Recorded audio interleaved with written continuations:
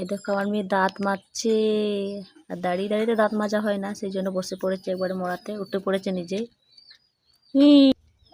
আর এই ছাগলের কাণ্ড দেখো, এই কেতাগুলো কাপড়গুলো বার করলাম পরিষ্কার করার জন্য, উনি নিজে উঠে বসে পড়েছেন ধামায়। আর এরা এখানে ঘাস খাচ্ছে দেখো, একজন মাথাটা কোন দিক দিয়ে ঢুকে দিচ্ছে দেখো।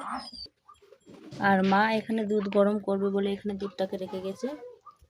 আর এখানে উনুন ধরাতে ধরাতে আমার প্রাণ বেরিয়ে যাওয়ার মতন অবস্থা হয়ে গেলে, যে পালিয়ে গেছে বাস এখন। আর আমি এসছি এই যে এইগুলোকে ফেলতে, কোনো রকম করে আগুনটা জ্বলেছে দেখো। বাবা শান্তি। এই ছাগলটা কি হয়েছে বলো তো, বেশি আদর করলে যা হয় আর কি, মাথায় উঠেছে। আমার মেয়ে আবার ওখানে ওকে ঘাস এনে দিচ্ছে দেখো, কি আরাম ওর। আর আমি চললাম এই কাদায় এই কাপড় চাপড় নিয়ে একবারে ঘাটে। আর এখানে একজন দাঁত মাজছে, এখনো দাঁত মাজা হয়নি, এগুলো পরিষ্কার করতে হবে এখন। যে একজন ম্যাডাম গিয়েছিল পড়তে, এখন বাড়ি ফিরছে। আর বাই বাই সবাইকে, টাটা।